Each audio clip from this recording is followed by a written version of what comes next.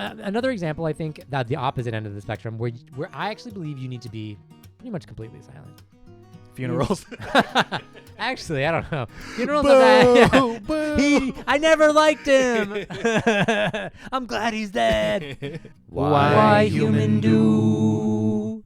Welcome to another episode of Why Human Do. I'm Jed. I'm Terry. And together we human.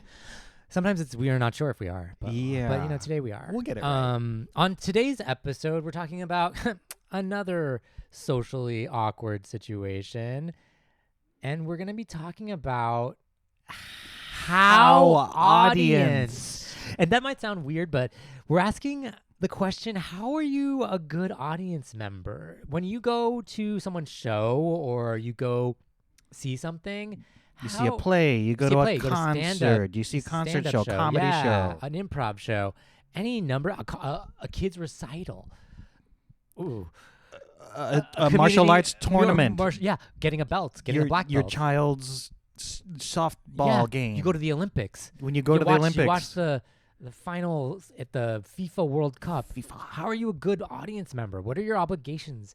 What are you supposed to do? And you know, in different situations, it can be different depending on how you're like. I mean, do you know the Olympian? Do you know the World Cup goalie? Or you're just there as a fan? That'll change how you have to behave. You know what I mean? I don't know. I don't know anyone. So we're gonna talk about what it's like to, fulfill the role of a good audience member, the person who's like out there watching, knowing that there's people up there performing in one way or another, athletic feats, artistic feats, musical feats. But before we get to the topic at hand, maybe we could just check in and see, did something weird happen to us socially this week? Something that we want to talk about? I have something. It's not exactly a story with a beginning, middle, and end. Okay. Just an observation I made this past weekend. Great. My friend and his girlfriend were upgrading their mattress. Ooh, that's a big deal. Big deal. It only comes around every decade. Yeah, or so, exactly. And so they so graciously offered me their relatively new full-size mattress because they're upgrading. Relatively new. So how old is it? Like 7 months. Whoa. So they just didn't like it. No, I think just because they're going up a size. Okay, that's legit. That's like the only time you can offload a mattress, because otherwise you're like, we didn't like this. It was not comfortable.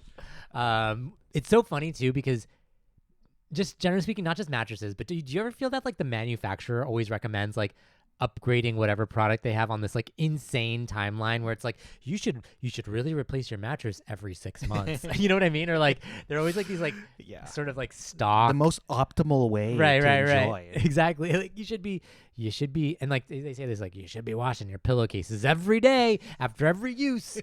Every time you use a towel, you should wash it. I mean, it's kind of mad. So, but anyway, so they didn't offload, but they generously gifted secondhand a full-size mattress. Do you have a bed frame for a full size? Yes, you do. Okay. Well, see, they offered me their frame as well. They offered you your frame, and it's a lovely frame. So you're getting a whole new selection. Yes, absolutely. Of sleep. So I replaced my previous one. So what'd you do with your old bed? How'd you get rid of it? Still in my apartment. How did you fit it? It's barely. I am going to return my mattress. And you're going to return it? And then you still within the return period? Costco.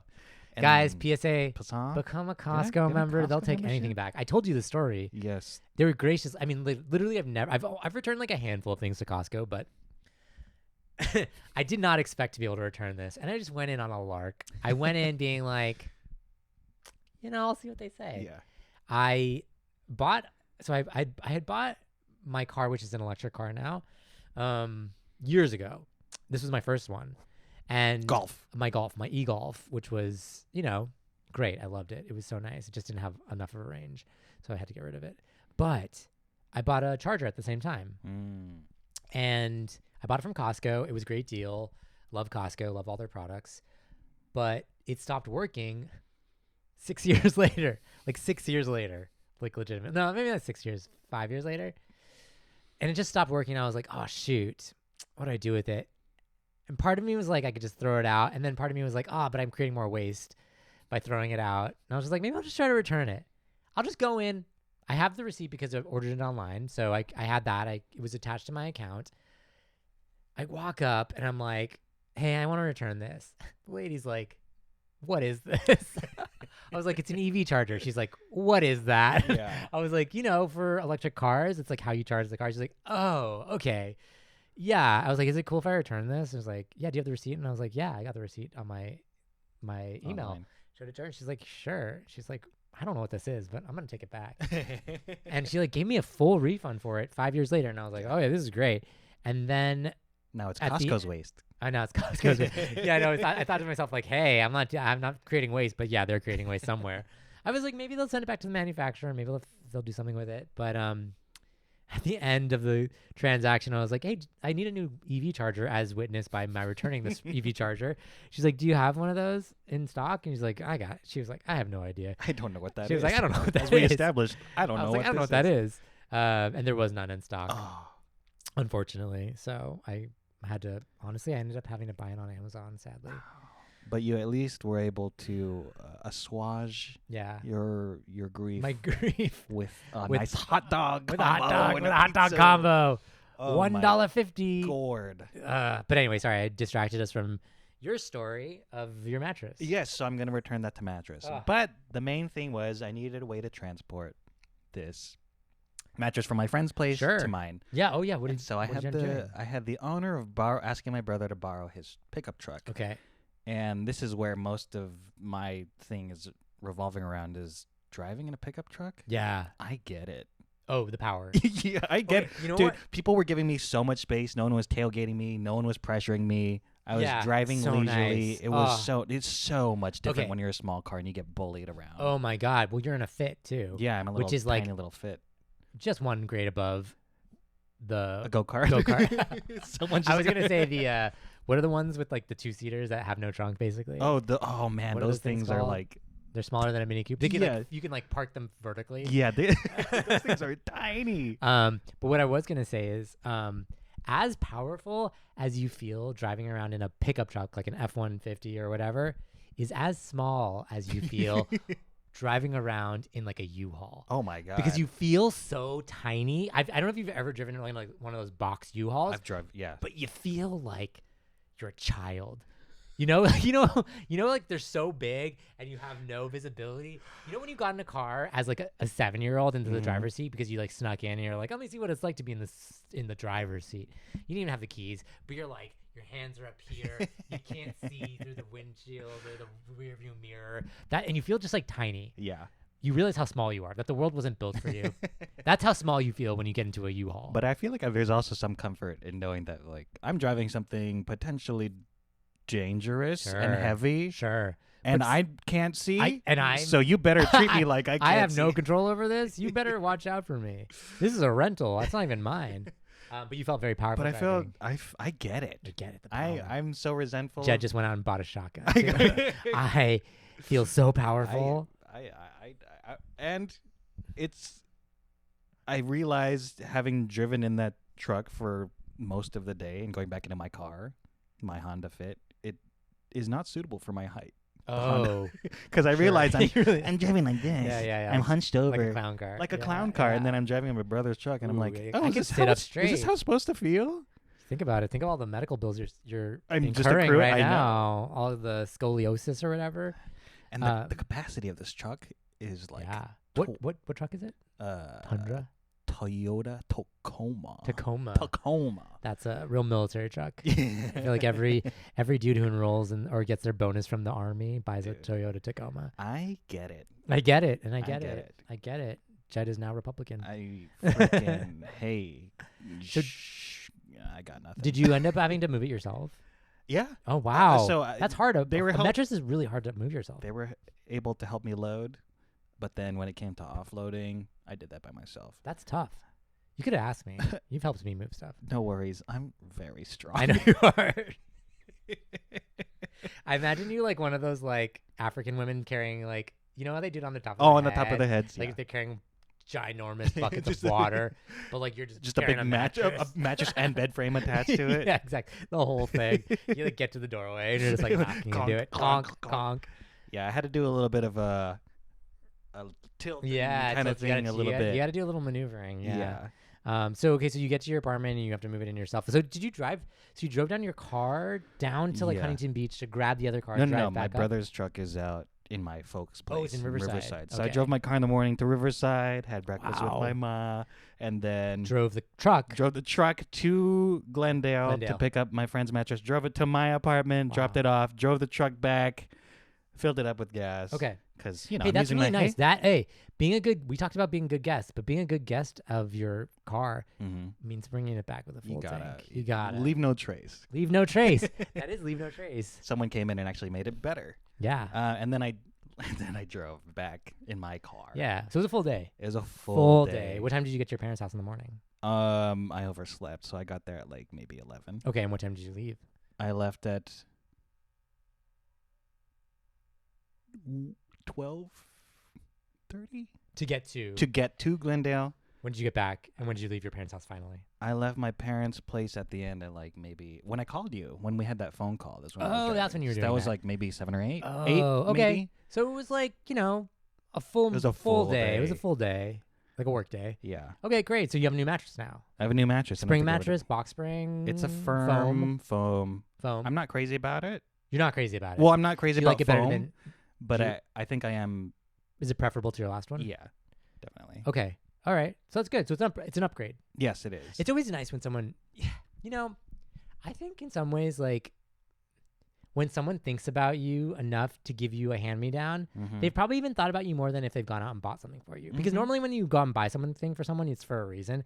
But like if you're the first person on their list and they're like, hey, we have this really great thing. We can't use it anymore, but like let me give it to Jed. Let me give it to Jed. I'm that guy. We know he doesn't sleep.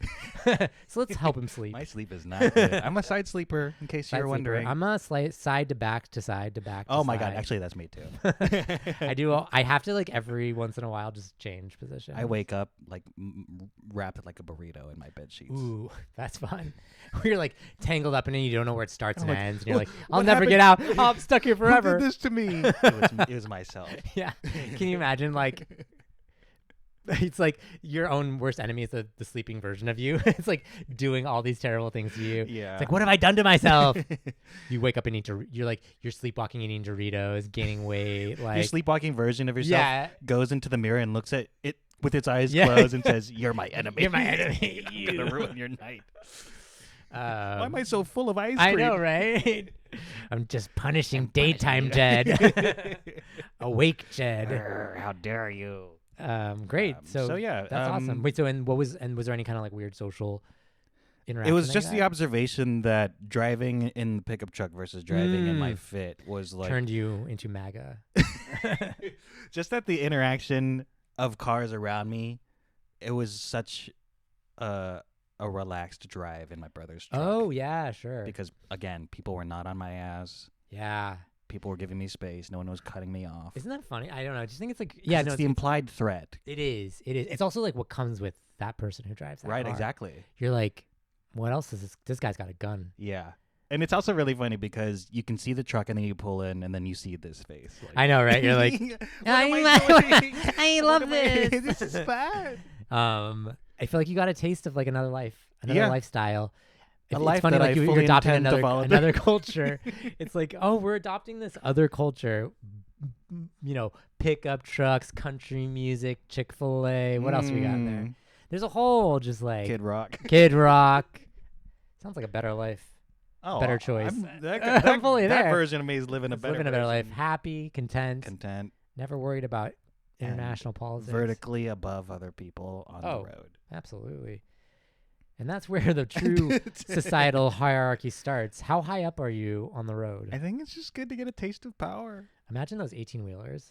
Oh my God! How much power those guys have. Every time I see an 18-wheeler, I think of those little spikes on the side of the tire. I think about that all the time. Are they there for a real reason, or are they just to intimidate? I think they're technically like defensive. if someone were to ram them, it would But it would why- deter them because they could maybe. Why are people trying to ram 18-wheelers? I don't know. That's so crazy to me. Why are people the way that they are? I don't know. driving They are here? crazy. We were just talking earlier about how crazy people are driving lately Yeah. in LA, and I mean, there was this moment when we came back from the pandemic where everyone was driving crazy because they didn't know Because how they to weren't drive. used to it. But especially lately, I've been seeing a lot of people run red lights like egregiously, Mm-hmm. like seconds after. Mm-hmm. Or people like fully just blowing through lights, even when they just didn't turn. Mm-hmm. People are like making wild turns just From in across general, several from across lanes. several lanes. They don't give a damn Nobody- anymore. I don't know. I blame crypto And, currency. and the other thing was, in my brother's truck, I was able to look down at the other cars. Ooh. Not only does that feel amazing, but I can see who's texting. Oh. Full on You can texting. judge everyone. Absolutely. And 'Cause I'm from- texting you know, people from a saying, pickup "Can truck." you believe? Yeah, I know, right? Can you believe these guys are texting while driving?" I'm superior to I'm them. superior because I can see. Yeah, it's so funny. It's like you can be doing the exact same behavior and you're just judging everyone Absolutely. because you can't be judged from below. No, You can only judge from above. that's right. That's why God is up there. I love God.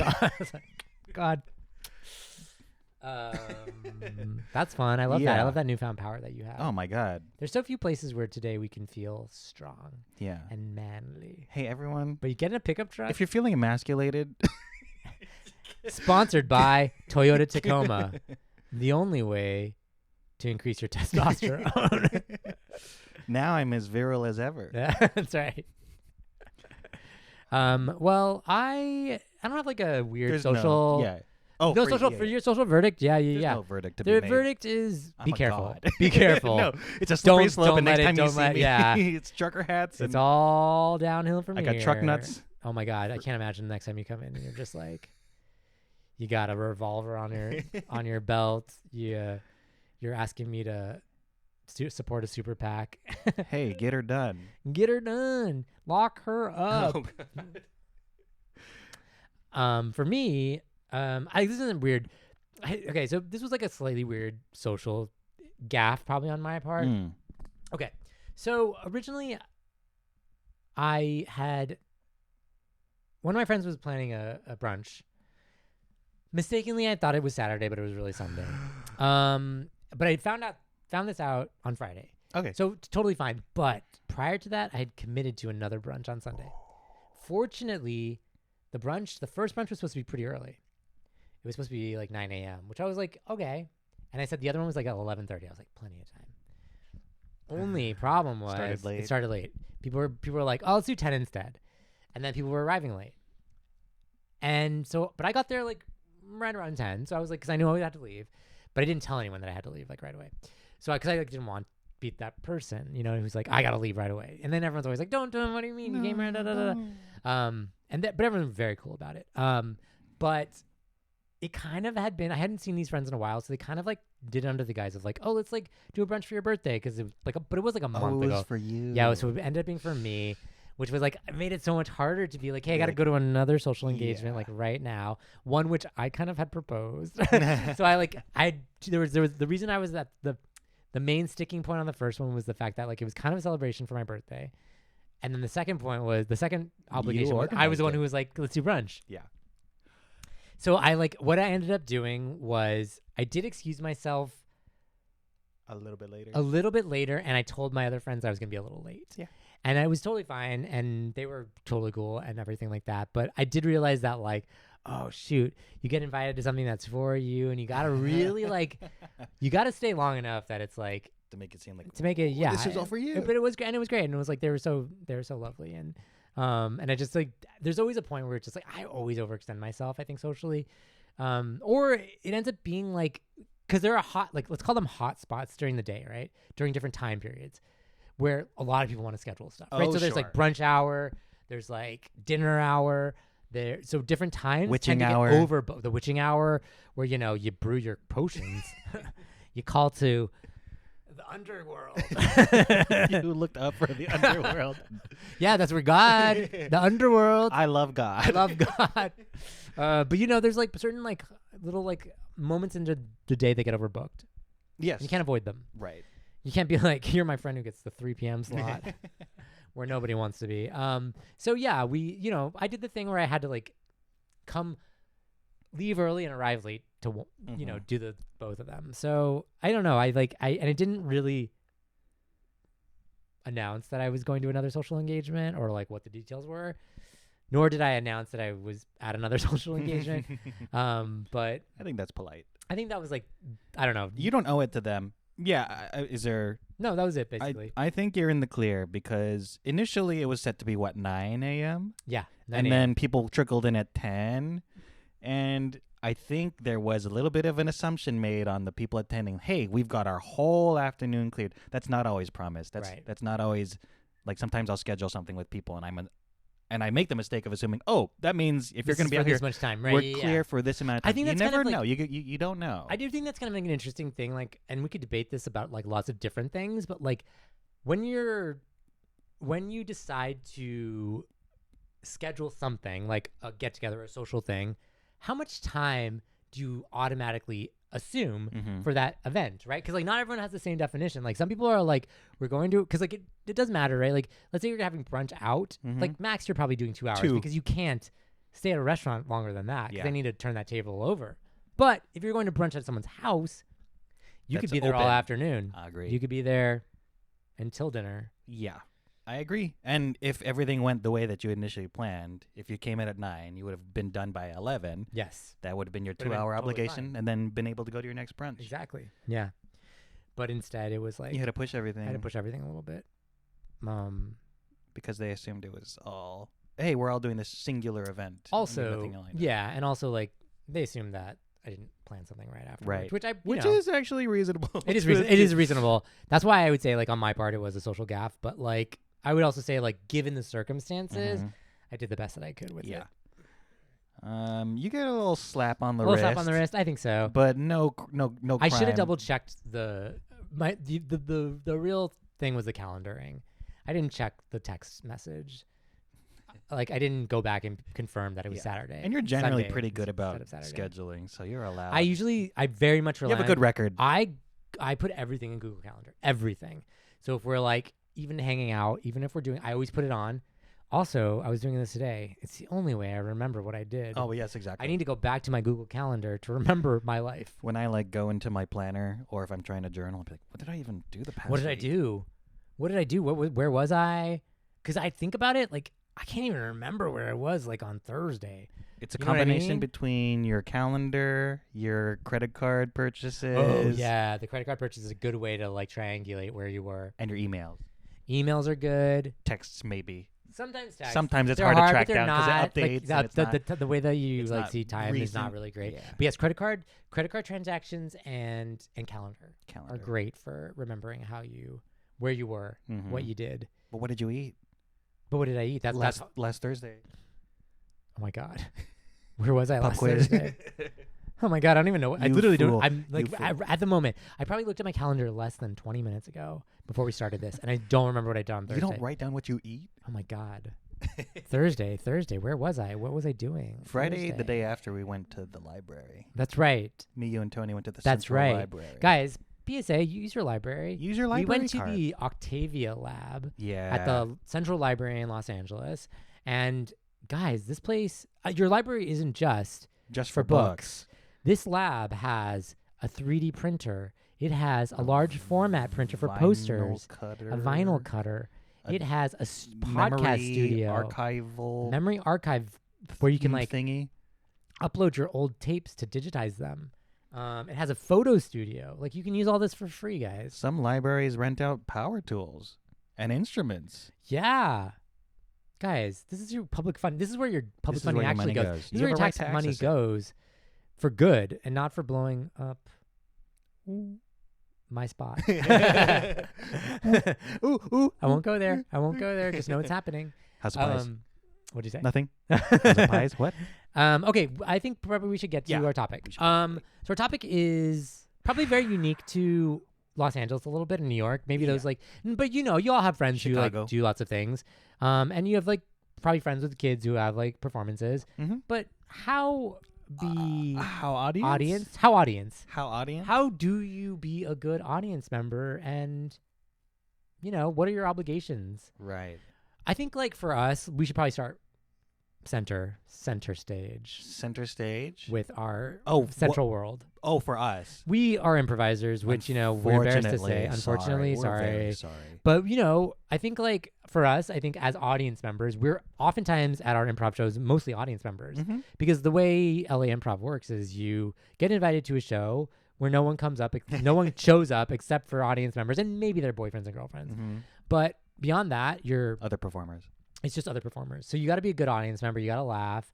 I think like, maybe there's like 10 people in the audience ever as, it's the number of, and fortunately for improv teams are generally big-ish, but stand-ups, you're there by yourself. It's a different culture. It's a very between different the culture. two We mediums. dislike stand-up culture, I would say. I'll speak for me. I dislike stand-up culture. I think it's important to be able to withstand it, but I'm also not a huge fan of certain circles of stand-up.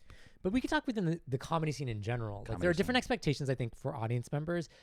And we can start with improv versus stand-up because it's very different. Improv is inherently more supportive. It's very supportive. You're on stage supporting each other, but you're also, as audience members, supporting the improvisers on stage as well. It's built into the art form because people are more willing to be forgiving of you being up on stage making something up. I think like we can even add in sketch, which I think there's like a little bit less of a tolerance for when it's not good because you had time to write it. Same with stand-up. Those are two prepared mediums. Exactly. Usually, because some stand-ups are just great stand-ups can make it seem like they came up with it off the cuff when they workshopped it for a very long time. Right. But sketch is one of those things where like it's written, it's performed, it's been rehearsed, and so you kind of have a higher bar. Yes. And there is there's no spontaneous discovery the way there is in improv, which can be delightful to watch.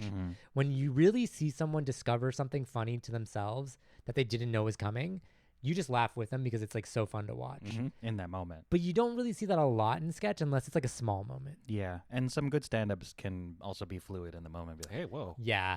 That's why like people are. I think it's probably why stand-ups have popped a lot on TikTok with audience interaction more than with they're just straight up jokes. Right. There's a lot of stuff floating around. I would say most of it is audience interaction. Because it feels organic. It feels spontaneous. Yeah. It doesn't feel rehearsed. And so like, yeah, I mean, a part of it is like being a good audience member in that situation is like engaging.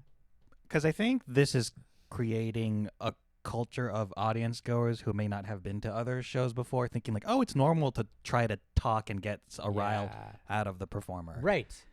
And I've noticed that like in this version of stand-up interaction with audience members, it's less hostile. It seems like it's been the stand-up is usually trying to take care of the audience member. They are trying to mind details, but it's not there was this, I feel like maybe 10 or 15 years ago, whenever there was it was heckling. It was like it felt like it was antagonistic between audience member and stand-up, and I think people liked that a little bit. It was like during the big roast days where like it was a little mean, and I think it's less mean now. I think people want a platform for themselves, and people that are performing, if you're an audience, some eager audience members are like, oh, I can peripherally be a part of that. Maybe I can come up with a funny riff on the spot and throw that out there. It doesn't always work out. Yeah, I agree. I think it's hard to match a trained stand-up comedian off the cuff, and it's also not your stage. It's not your stage. It's like you're not even on camera most of the time, right? You're kind of like a voice in the back, a muddled voice in the back. You're never gonna win against the guy with the mic. Generally not. Yeah. So like, don't try. Just give them. Don't even try to be funny. Set aside your ego. Just try to give details. That's my thing. And if you don't want to be interacted with, stay further back. The closer you are to the front, the more likely they are to interact with you. Yeah. If they do call you out and you don't want to be a part of it, just give one-word answers. Yeah. Just be like, just be polite, but don't like give them a lot because they'll move on then. They'll get if they're a good stand-up, they'll move on. They'll usually be like, huh, man, a few words. What about you? You know what I mean? Yeah. So yeah, I think for a stand-up to be a good audience member, if you're going to sit in the front, you got to be ready for a little interaction. Laugh. Don't heckle though. I think the days of heckling are over. If you have a genuine reaction that feels almost involuntary, that like can a be fun. like a ugh. That you mean? Sure. Like where it's just like that's a little racist, that's a little whatever sexist, or can you be like, don't say that, but like, can you be like, can you kind of audibly groan? I don't know. I don't know. Probably. Yeah. It's If genuine. If It's it's genuine. If it's genuine, I think yeah. Yeah. Or you could be like, ooh, Yeah. Then, because I think a stand-up will feed off of those reactions. Yeah, totally. I try to mask it in improv shows because you don't always know what the person meant or if they planned it. it's off Because the sometimes cuff. it kind of comes off the cuff, and you don't want to be like, ooh. Yeah. There have definitely been some microaggressions. Sure, microaggressions, let's call them. But improv, I think you were just like a little more generous with your laughter. Yeah. I think the difference. Okay, I think that sometimes it gets conflated how much you should interact with an improv set. The only interaction you want, literal interaction, is you give the suggestion, and that's it, and you're done. And don't try to be too clever with the suggestion. Don't be just That's not your just chance. literally to first be, thing that comes to your mind. Yeah. Just do that. That's a good, because the truth is we're trying to protect you from looking like an idiot, and like when you. Because we'll be doing that on stage. Yeah, we'll be doing that. We'll be looking like idiots on stage. But I think like you never come off good when you try to be too clever. Because everyone else in the audience is being like, this guy, come on. I was at a taping and someone got up to go to the bathroom and the performer called that person out and like, hey, where you going? Whatever, blah, blah, blah. And then they try to be funny. The performer. No, the guy. person going. Yeah, yeah. And it's just like, just say you're going to the bathroom. Yeah, totally. And then it just like killed the energy in the room. Yeah. I mean, I don't think a performer should call an audience member for going to the bathroom. Yeah. But yeah, I mean, it's true. It's true. You have to turn off your performer. Okay. One rule of thumb, I think, is like when you're an audience member, don't be a performer. Oh yeah. Like you're that's an audience member. You gotta turn, even if you are a performer, don't turn on your performer hat. Like just be an audience member. So yeah, it's funny. I don't know. I don't know who's in the wrong in that situation, but like probably both of them a little bit. Probably both. It's just like you're asking for it as a performer. If you call someone out who's leaving, you don't know why they're leaving. Right. Exactly. Any number of things could have happened, and like my dog's on fire. Also, if you need to call out that one person, you don't have enough material.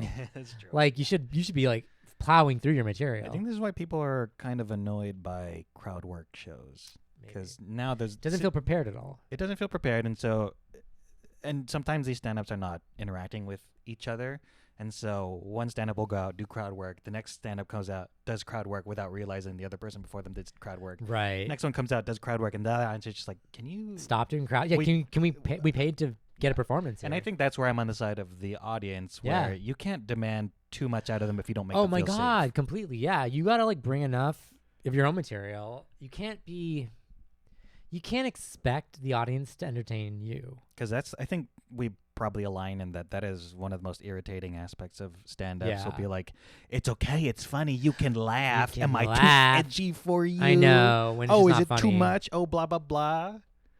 Just be funny. Just be funny. Just be funny. And if they're not taking it, you can play it off in a way that there's a way to do it. You move on to the next thing. You make fun of yourself. It's like, that didn't work. Mm-hmm. But I think the crowd work thing is like just seeming a little lazy lately. It's like, do your work. Yeah. Like treat this like a profession.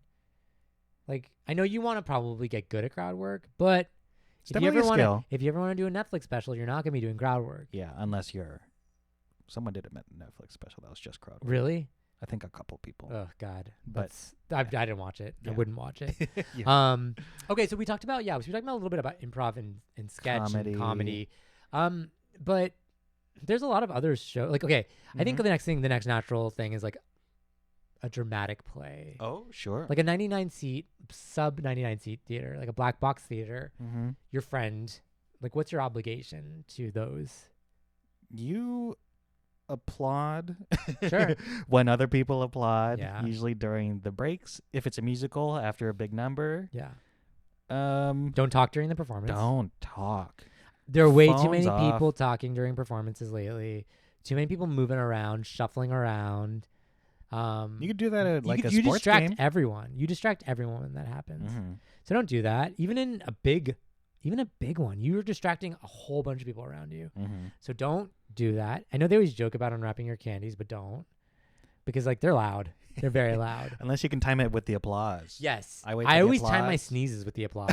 You can control your sneezes. I'm like, let me wait for it. Let me wait for it. 12 minutes from now, there'll be an intermission. Choo! Or like a loud part of the play. You know, when there's like yeah, a big dialogue scene or something like that. Yeah. Gotta get my whoppers. Usually it's when I blow my nose. Oh, actually. sure. More than sneezing, it's blowing my nose. Yes. So I try to be, you don't want to, you basically don't want to pull attention away. You're in a from anyone heightened mindset in a play or dramatic play compared to a movie theater. Oh, completely. For sure. Because there's literally live people Yeah. performing for That you. can be, I mean, they're pros. Yeah. Presumably. Presumably. They won't be distracted, but it will probably affect them to some Yeah, degree. absolutely. And it distracts the rest of the audience anyway. Yeah, please. Even if it doesn't distract the performers. We went to see a play at the Pantages, a musical, some time ago. Yeah. And there was like a group of people behind us, and one of the guys just like riffing off of the play, like, oh, blah, blah, blah, commenting on it. Oh my God. Like, yeah. Like That's it was the his worst. personal, private commentary. Yeah. That happened also when we went to that stand-up. Do you remember that big stand-up festival? Yes. That's and right. there was some guy. That dude. That dude was like, he was like drunk. He was also like, saying some very wild misogynist. He was, yeah. Very much misogynist. But he was talking like it was a TV. He was like he was talking to the TV. There's a performer there that's live and on stage. Take in what they're saying, react reasonably. Yeah, I mean, I think my thing is like we're both performers, so we have an outlet for that. But there are a lot of people out there who just like don't have an outlet for it, and they feel like when they go to one of these shows, they get to be the performer a little bit, even if they're only performing for their like little group in the audience or the people around them. They still feel like they need to. Yeah, I feel like this way for a lot of people who are like kind of the like attention hog at the party or anything like that. There are people who like don't have an outlet for their whatever. They don't perform so they perform for life in their life. That's why it's healthy to have an outlet. I think so. Have your healthy outlets. Exactly. Start a podcast. We do this by ourselves alone right here for all the internet to see. But it does give us, it's like, oh, I don't have to go around spouting this silly stuff that I believe. I can talk to you. I don't have to tell every person I ran into how nice it is to drive a big big Tacoma. honking Drive a big old Toyota truck. Tacoma. Sponsored by Toyota Tacoma.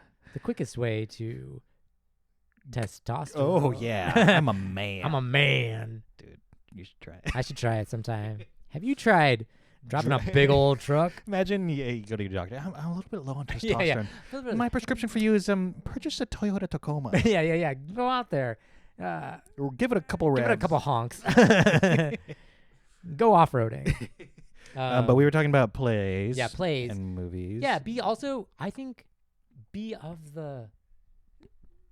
the mindset of the play. So whatever play you're in, if it's a dramatic play, don't laugh at inopportune moments. Yeah. If it's a funny play, laugh. Yeah. Be light. Be light. Don't be too serious. Don't be like, I'm really scrutinizing this part. And if you don't know what genre the play is, walk up to the playwright afterwards and say, what the hell were you writing there? I don't know what story I was in. My question is, what? What? My question for you is, what? But yeah, be in line with whatever you're going for. Yeah. Like I went to one of my friends is like the theater director for like a couple local schools. Cool. And so she invited us to a couple of her performances, and I'm like, this is fun. I'm not going in with like expectations that it's going to be like Broadway. You're not but coming I'm going in like a critic. No, not at all. But I'm going in being like, I'm going to see a bunch of like 10 to 13-year-olds do Shrek the Musical or whatever. And I'm like, this is going to be great because also they always do a truncated version of it. There's no intermission. It's like 45 minutes. It's amazing. The kids are cute. And just be like supportive. Like you're going into it being like, this is about kids expressing themselves. How fun. Yeah. It'll be formative for them. Exactly. Core memory. Yeah, exactly. It's important. And if you see the kids afterwards, you're like, that was so great. You're amazing. So delightful. Incredible. What a great job playing Lord Farquaad. I lost it. Yeah. No, but like I think like, yeah, so it depends like it depends what type of performance you're in. Yeah. Because the Paranormal Activity play. Ooh, yeah. God, We also went to it just needs a to be spooky documented play. how good that play is. was. Just so scary. Yeah. What such cool like magic tricks on stage. And I Mhm. think it's gonna be playing in like New York or Ooh. yeah, somewhere else. It's But playing around. I will say, as an audience member, I felt empowered, and the people around me felt empowered to go at the opportune moment. What? What? And that's like is the fun of it. That's why we Mhm. go to the movies for scary movies because like you want to hear. So I went to see Obsession, like I said. That's right. And there's this Gen Zer in front of me, and she would just. It was so funny. Like when people are like, Scary Movie, the Scary Movie franchise. Yeah. And Brenda, played by Regina Hall. Yes. Regina Hall Gorgeous. is watching Shakespeare in Love. I think about that scene all the time. But she's watching it like it's a scary movie. Right. And she's like, right. oh God. She's like, oh my God. I got scared. It's like Gwyneth Paltrow like popping out of like in a very romantic comedy way. And she's like, ah. But anyway, I thought about her in this moment where this like young Gen Z girl was like, bro, don't do that. Oh, bro. She's like, that's an interesting one because that can toe the line between being obnoxious and endearing. Yeah, because it can be immersive. She wasn't too far. Like she wasn't distracting, but every once in a while, when like something really unsettling was happening or something was about to happen, she'd be like, "Oh, bro." She was like, "Bro." I don't know why. It was like always like a woman too on screen. Yeah. And she was like, "Bro, no." I think this is tangential, but I think that's probably why there's a lot of React content online. Yeah, because some people like people's totally vocal reactions. audible reactions. Yeah, I mean it's fun. It's like again, it's the reason we watch any movie that's wish fulfillment. Mm-hmm. We get to see someone do something that we wish we could kind of do. Mm-hmm. Because like we're not those people who are like going out there being like, oh my God, and but like sometimes it's fun to watch some person just like ignoring all social cues and like doing whatever they feel like. Yeah. Me during the screening of Weapons. Oh, yeah, I just sink into myself. I know during parts of Obsession, I was like, don't look. oh my God, I can't watch. I don't know. There was this one scene. It was just a 2-person scene. It was quiet.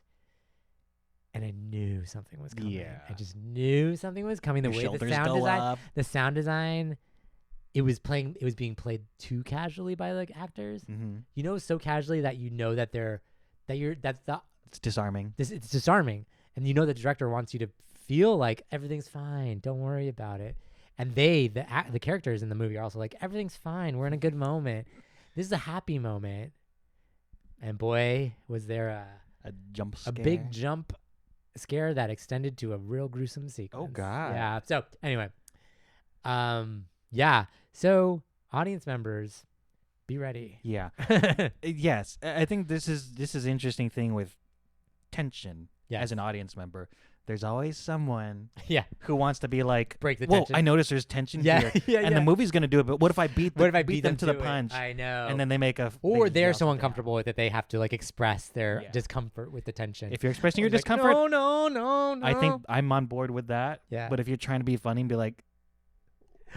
yeah. Watch out! Yeah, watch out! Somebody's gonna come! Oh no! And you're being ironic about it? Yeah. Don't spoil things for people. No. Even if you don't know what's coming, don't spoil it. Yeah. Be a good audience member. Yeah, totally. There's some degree of conformity that goes into being an audience member. And yes, you're all unique individuals. But when you're an audience member, you're collectively you're part of a collective and you're enjoying something. Yeah.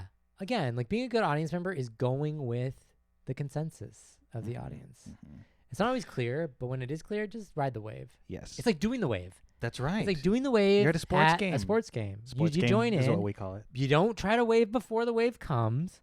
You wave when it comes to you and you sit back down. Yes. And if there's enough, and the wave persists when there's enough people participating. Yes. Exactly. And that's what's cool about it. That's what's fun. You have the permission to be a part of something. Exactly. A community. It's a communal experience. No matter how brief it is. Yeah, so being an audience member is about being a communal experience, I think. I think that way about concerts. Yeah.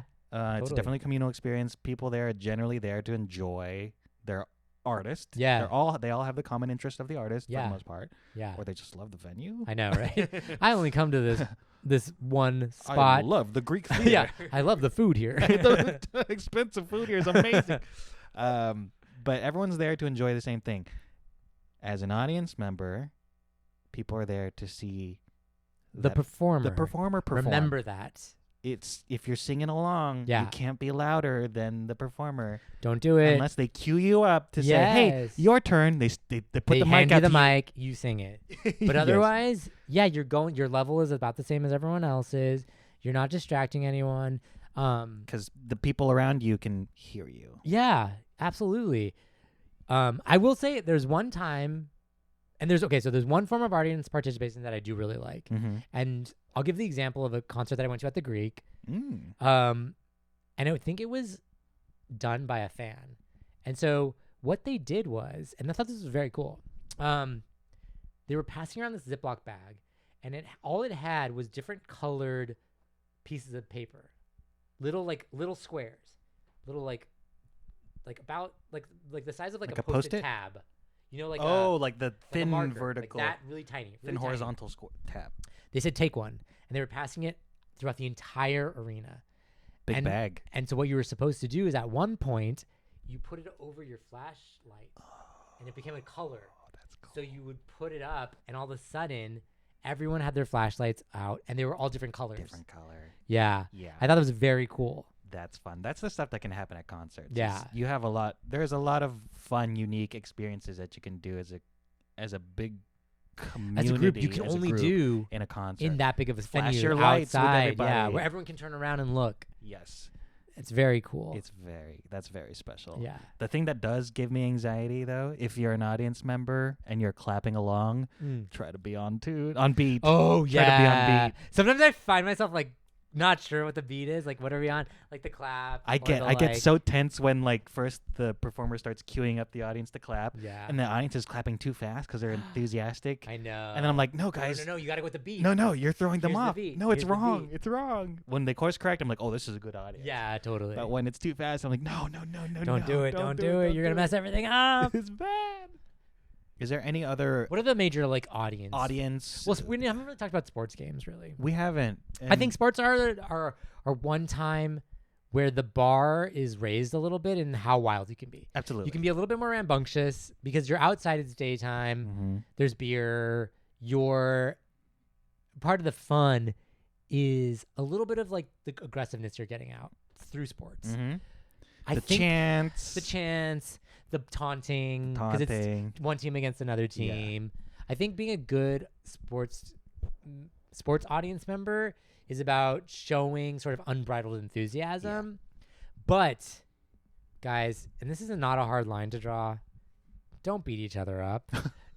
Don't kill each other over sports. Are you sure? I mean, do you feel strongly about that?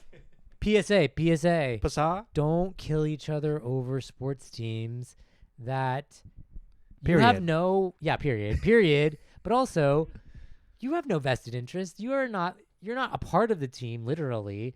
Like you're not making any money. Like it's not a big deal. Like you probably support the team because you were born in the city. Have a healthy separation. With your fandom and passion. Yeah. And your drive to murder. Yes. Keep them separate. If you want to murder, do it separately. Do it impassionately. Impassionately. Don't do it over sports. No. Do it because you have a vendetta that you've been harboring for that you've years. disassociated from. Yeah. But yeah, sports I think are a place where you can be a little bit rambunctious, if I will say. Yeah. You can. Oh man, I went to a wrestling. Like a luchador show. Well, that's part. I would say that wrestling and luchador in general, there's a performative aspect to the audience, right? Because they're like calling you. Yeah. Oftentimes, they're like, they want you to like egg them on, right? They want you to like be a part of it. They want you to throw them a chair. If you are an audience member that goes to comedy stand-up shows wanting to heckle, I would say to throw a chair. I would say just go to a luchador show. Go to a luchador store. Yeah. Yeah. They you know what? If thrive you off feel of that like feedback. You need to antagonize someone, go to a luchador match. Yeah, they feed off of that. That's great. I think that's really good. or go to small claims court. Yeah. Take your neighbor to small claims court. And it's still very entertaining. It's very entertaining. Small claims. Small claims? Yes, Yeah. absolutely. Yeah, I mean, I think a luchador match is like, it's so fun because like everyone, it's, it's physical, but it's also like performative. It's like soap opera-y. Yeah. The audience is like, I think in this case, it's like you dissolve the boundary between audience and performer because the audience is a performer, like a silent performer. Well, Sometimes not silent. not always definitely. silent. And the way they have it is that certain wrestlers are made to be The heel. heels. Yeah. And they actively encourage the boo. Yeah. They do things that make you boo. It's fun, And they're Yeah. like, It's fun to be bad. It's fun to be bad. So yeah, sports I think are just like one of those places where like you can be, and I think probably why we hold a very particular spot in society for sports, sports worship, sports fandom. Like it's very much like in touch with our primal animalistic side, which I think tribalism. It's like, yeah, you should be able to be a little bit base or like. 'Cause there's some degree of humanity that just has the competition. Yes. The aggression. Yeah. I forget the other words. Yeah. No, exactly. I think it's like one of those places where like we're tapping into our former like primitive man. And that's like an important part of ourselves that we need to acknowledge and not suppress. Yeah. And that's what sports are for. That's what sports are for. Yeah, exactly. Play sports. Don't Basam. murder. Don't murder each Don't other murder. over it. Don't murder. Play sports. Another example, I think, that the opposite end of the spectrum, where I actually believe you need to be pretty much completely silent. Funerals. Actually, I don't know. Funerals. I never liked him. I'm glad he's dead. No, I would say like classical recitals. Oh, sure. Yeah, I think those are opera. I think there's like a degree of just let them do their thing. This is like a tradition, hundreds, thousands of years in the making. Maybe you'll do one of these. Maybe you do a little golf clap. But no, yeah, I think like that's a purely like silent, like a nod. The most you can do is like nod. Yeah. Lovely. You're maybe, I was going to say church, Quiet but clap. you pray and sing psalms. Yes. Hymns in church. So maybe not that. That's not the correct analog. No, I mean it's for Catholics for sure. They're very very quiet. Yes. They're very different from other Christian faiths. Yes. Because some Christian churches are like they got a 12-piece band. Oh my God. They're like singing rock ballads. They last so long. They last way too long. The song's too long. I know they're way too long. I'm like, come on, we just want to get in and out. I mean, I thought Mass was long. Because like that hour goes. At least the Catholics are like, this is not a social time. There's a structure to it. There's literally in Catholic Mass, there's literally one social moment. That's that. May peace be with you. Oh, and you shake. And you have to shake hands with everyone around you. That's the only time you interact with anyone else. Yeah. And it lasts 30 seconds maybe. And you have to just like get in and out as fast as you can. Peace be with you. Peace be with you. Peace be with you. Peace be with you. But like other churches, they're like, ugh. Hands raised, we're hugging each other, we're staying here all day, and I'm like, what do you guys got to do stuff. You know what? I'll say probably not for me. Probably not for me. But I think it's still a valuable, a still important communal experience that that might be equivalent to your concert. Maybe. I do think that's true. And why a lot of like Christian, uber Christian sects have their own SECTS. Sects. Yes, SECTS. Have their own. It's for you perverts. Yeah, for all of you disgusting people out there. They have their own music. Yeah. They have like full like concerts. They have their own like Coachella of Christian rock, which is crazy to me. But yeah, they have like their branded Christian artists, and they turn popular songs into Christian songs. Oh. They find their ways. I also didn't know that in Catholic churches, like a lot of like songs that we sing are just like pop ballads from before. Did you know that? Really? Yeah. What's an example? I forget. I just remember one time being like, "Oh, I really like this song." To my mom, she's like, that's not like a Catholic song. It was like, that's like, I don't know, some Madonna? equivalent of like the Eagles or something, Oh, or like really? something like that. I was just like, but they've just like co-opted it. I have to look into this. Yeah, I know. I don't remember exact. I don't have an exact example because it's been so long. We But have our book of hymns, and there's like 500 hymns that I thought I were know, original. right? Right? The Bible, the biggest plagiarist of all. But yeah, so I think like classical music is a time when it's like you kind of got to be quiet. Quiet, solemn. I don't know if there are other TED TikToks? TED Talks? TED Talks. I've never been. I don't know if that's a different Yeah. genre. I guess like a Like a motivational I will say or like a yeah, lecture. like a pitch, like a lecture. Yeah. Probably be quiet during that. Yeah. Be quiet during that. Probably don't even go up for the Q&A because everyone who goes up for a Q&A has the dumbest question. This is as an audience member. Panels. Oh audience my God. member. Audience member members. panels. Do not start your. Okay, Oh my here are God. my rules of Oh my audience. God. Audience members at a Q&A. Do not go up and start your thing with. I just want to say thank you so much. Thank you so much for being here. Thank you so much for. Thank you so much for all the work that you do. This is holding a special place in my heart. Then do not proceed to talk about a time in your life that was affected by this person's work. Do not do that. And then do not ask a question that just relates back to you. Yes. There are a lot. Oh my God, I feel strongly about this. Everyone that ever volunteers to go to a Q&A at a panel, it's always filtered through their own personal like when I was blah blah blah, I'm from blah blah blah and blah blah blah blah blah blah blah blah blah blah. Oh my God! Anyway, it's my like question 5 is, minutes. Yeah. My question is, do you like me? Would you read my script? Would you? Am I good? There's so many. There's almost always gonna be. There's like an archetype of Q&A panel people. Yeah. And it's always like, what advice do you have for Oh my God! Yes, a very specific situation that only this person's in, right? Yeah. Like this. What's your advice? I just want to know what your advice is for. Like, say you're someone who's like 25 and you graduated from film school last year, and you're making your first short, and you've raised like $27,000, and you're like a number of specific details. That's specific and then enough like, for me to know that you have witnessed this question. Oh my God! I'm just like, come on, guys. If you have a question, get it out fast. There quickly. Make sure it's a universal question. Try to make it broad. Make it useful for everyone. If there's someone specifically you want to address, by all means, but you can make it open for your different panel. Because as an audience member, for me, when I see some panelists getting more attention than the other, I feel bad. For the other panelists. Yeah. You can't be. That's always it. If there's a shared panel, well, like let's be honest. Like whenever there's a shared panel, there's always one person that everyone came for over everyone else, and then everyone else is there just to fill out the panel. And you gotta ask the other. You gotta open it up. You gotta ask the other people a question about their work. That is on the moderator as well. It's on the moderator for sure. There is like this I think like being a moderator is a really tough job, and some are really bad. And honestly, we were having this conversation about like an improv set where people have to like interview a guest. Yeah. And like it takes a really specific set of skills to make a particular set of skills to be able to like get the first time I've ever seen do a Liam Neeson.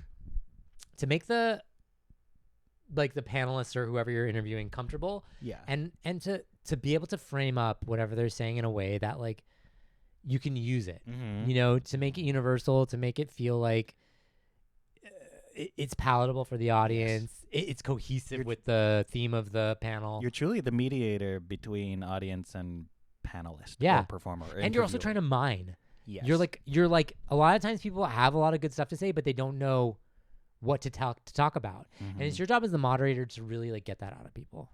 Another archetype of Q&A question person is, would you mind if I got your email? Oh God.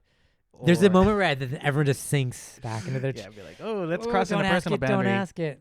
Because some people really truly think like this is my one opportunity to it's do or die. This is the person that stands between me and XYZ. Anytime you're in the frame of mind, and this is outside of like Q&As, this is everywhere. Anytime you're about to do something because you believe it's your one shot, don't do it. Oh, really? Don't do it. No, because I gotta go to the airport and stop my love from leaving. Look, I love that moment in movies, but in real life, you got some serious issues going on. So like, just don't do it. Honestly, I think it's a good. Just as a hard rule. As a hard rule, if you're feeling like this is the one shot you have, you're operating from a place of desperation, and you should not be making that decision. But the squeaky wheel gets the oil, Terry. Well, I'm not saying that you don't have to advocate for what you want, but that shouldn't come from a place of this is my only chance. Right. Because it shouldn't be your only chance. In certain contexts, if you really truly believe it's your only chance. I just think that you're probably in a bad spot. Yeah. And you should not. You're not making good decisions. You're in a bad headspace. So You've just got don't do tunnel it. vision. Just don't do it. Well, maybe this is a smaller situation. Sure. But you're in a circle of Tiny. friends and Yeah. people are trading stories. You're the audience for just a story, like a Yeah. story. Just Yeah. like among your group of friends. I think it's like eye contact. It's like, oh my god, you laugh. you're invested. Okay. My thing is like I'm always waiting for the punchline. I'm always waiting for like the story's punchline. So I'm like, you hang by, you hang on it, and then you're like, and then you encourage the punchline. You're like, and then what? And then what? So what ended up happening? I hardly knew her. Yeah. Oh my god. I hardly knew her too. But yes, that's my in a small social gathering where someone's telling a story. It's an intimate setting. It's an intimate setting. It's vulnerable to be sharing, and yes. it's really painful if you're paying attention to someone. You realize the other people stop paying attention to that person, and you can see their confidence sort of faltering. Sometimes I do that too, where I'm just like, someone starts talking, and then the conversation moves somewhere else, and I'm just but like, I'm still like, yeah, I'm like, keep hey, going, tell me. I'm here, I'm supporting you, I'm with you. Tell me. But sometimes the curiosity is like, but what are they talking I about? know. You have to. They're abandoned. There's several times in like some conversations where I just have to abandon. Like I start to talk, and then someone over talks me and then goes to another topic, and I'm just like, I just have to drop this. But a good audience member, We'll call it back. We'll call it back. I'll be, hey, Be like, wait, oh, wait, you got you're cut off. talking about, we're gonna finish that thought. That is a role in which you as an audience member can be have agency. I think so. I think pay attention to people who get cut off as an audience member. Yes. And then try to throw it back to them. Mm-hmm. Like when the baton is being passed around, when it's up in the air, go back to the person who got cut off. Wait, you got cut off. You got cut off. What were you going to say? You were talking about this? What were you? And then you said you lost your shoe? And then what happened after what that? did you do with it? Yeah. Because you're telling the rest of the audience this is this news story that's happening. Right. Okay, so we're gonna do some scenarios of when you're an audience member. Yeah. What do you do? Yeah. Say I'm a stand-up and I'm like, hey, is anyone single here? Is anyone single? You're not raising your hand. I'm not raising my hand for that. Yeah. That's too personal for me. That's too personal. I'm like, that's not my. I don't want to share that. I don't want to share that. You're also opening up yourself. I also for just don't questions. truly I don't raise my hand for things. If someone calls on me, Yeah. like picks me out, and I feel okay talking about it, I'll Mhm. engage. But I don't volunteer at stand-ups. mhm. Stand-ups. Yeah. Okay. Your friend, you went to your friend's kid's piano concert, and he messed up. Mm-hmm. He like missed a bunch of notes. Everyone was just like, "Oh, and then he gave up halfway through and left. But he's like a 5-year-old, so he's just learning. But that'll be traumatic. Yeah. But you're like, you like the kid, and you've like hung out with him. He like comes by afterwards. What do you tell him? Well, I'll kind of defer to see how he feels first. Yeah. And then I'll probably say something along. I'll try to validate what he's feeling if he feels like he messed up, and then I'll probably say something along the lines of, "I really did enjoy seeing you like get up on stage and try to perform." And I don't know if I'd say try. That seems a little underhanded. No. But like to perform in front of people, that's a very vulnerable thing. Totally. It hopefully isn't your last time, and something along those lines. Yeah, that's great. I love that. You're watching a musical, and a segment ends, and the applause is scattered. People aren't sure if we should all go in or not. Is your default to try to rouse the applause? You applaud. I don't stand always, but I applaud. Yeah, so it's like someone is like the scene ends, and then there's a smatter of like. Yeah, I'll do like a. and a couple. You'll see it, and then if it's and safe then it enough, keeps going, then I'll if keep it's going. safe enough, you'll go, and then if not, okay. Someone in your row takes out their phone during a play. Oh, is it distracting me? It's distracting you. Are you saying something? Probably. Do you do a little? I mean, first it'll be down? nonverbal. I think Right, probably. Yeah. Yeah. I'm so non-confrontational. Yeah, me too. I'm sort of just like I do the like. There has to be like a really I'll definitely do the leaning over, lean the body language, yeah. the passive aggressive route. Sure. And sure. then if it's really egregious, I think I'll just have to say something, assuming no one else has said it first. Yes, totally. And it's not a good position to be in as an audience member. Don't put other audience members in a position to try to correct your maladaptive behavior. Yeah, no, absolutely. Don't do it. Just don't put people in that position. Yeah. Okay. You went to like a soccer game. Mm-hmm. Your team lost and you're exiting. Mm-hmm. Someone kind of makes this like as a group From the rival thing. Oh. gestures from the winning team. You guys sucked. Oh, from the winning team? What do you do? This wouldn't apply to me because I'm not. I know, I'm just not don't care interested. now. But I'd be like, you got us time. this time. Keep it in the spirit of playful Yes, playful, competitiveness, because sure. there's someone else will be there. I'd be like, I'm gonna meet me in the parking lot. I'm gonna impassionately kill you. I'm gonna run you over with my Toyota Tacoma. Ooh. Now that's a man. Now that's a man. You're at a concert and the performer's singing and goes, okay, you do it, and you know the song and you love the song. Yeah, I do Even sing along. for someone like you, yeah. I have to when they put a mic in front of you. Oh no, it's just like general audience. Oh no, Not directly to. Oh No. my god, that's a whole nightmare horrible. scenario. I will kind of like mouth it. I'll be like, I think this happened to Kendrick Lamar, where he had a concert and then he pulled the mic up to a white person. Yeah. And he had them rap and the N-word. No. I think this happened. You can't do that. That's that's like that's a trap. That's a trap for everybody. What do they call it when the police traps you? Entrapment? What's it called? when they trap you. They trap you. It's like a sort of trapment of sorts.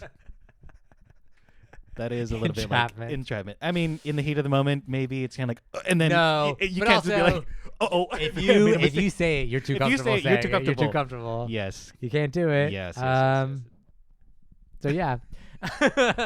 That seems like a nice note to end on. Yeah, I think so. Is that a whelp? It's a whelp for me. We talked about audiences. We talked about audiences, how to be a good audience, how you shouldn't kill each other. Don't kill each other. Don't do it. Play sports. Play sports. Play sports. Don't murder.